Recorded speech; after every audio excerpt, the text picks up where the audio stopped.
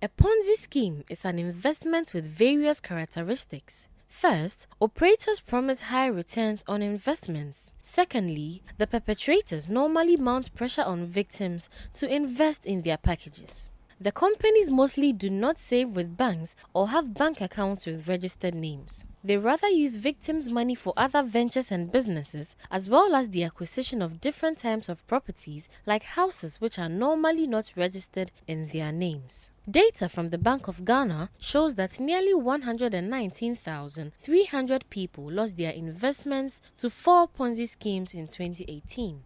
The victims lost a total of over 59 million Ghana cedis. In a recent development, two Chinese companies, Chai Century Hangyu Group Limited and Sairui E-commerce, have been described as Ponzi schemes by the Economic and Organised Crime Office (EOCO). According to EOCO, Chy Mall, which is registered as an online trading and market service, solicits and receives funds through investment packages from its customers with a promise of guaranteed returns or margins of various percentages over a fixed short period of time. Speaking to City Business News on the operation of such companies, the head of research at Databank, Boahen, stressed that education of vulnerable groups against engaging the services of such schemes is critical.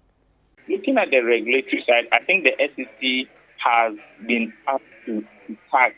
They have been very aggressive trying to sanitize the investment environment. But it's always difficult to also do because some of these companies are operating online and all that, which sometimes is very difficult to track. But the bottom line is that we must continue to provide investor education for the vulnerable groups, people who don't really have education in investment. But there are some people who know all the risks that are associated with a certain type of Ponzi scheme and they still go with it. And those people, we can't do much about them. He also urged the public to be vigilant when attempting to deal with such companies by looking at how realistic the proposed returns are on the investments. We also have to look at the rate at which they are promising. A lot of people go shopping around, how much return or how much are you offering me? It's a good thing to do, but you also have to be very careful because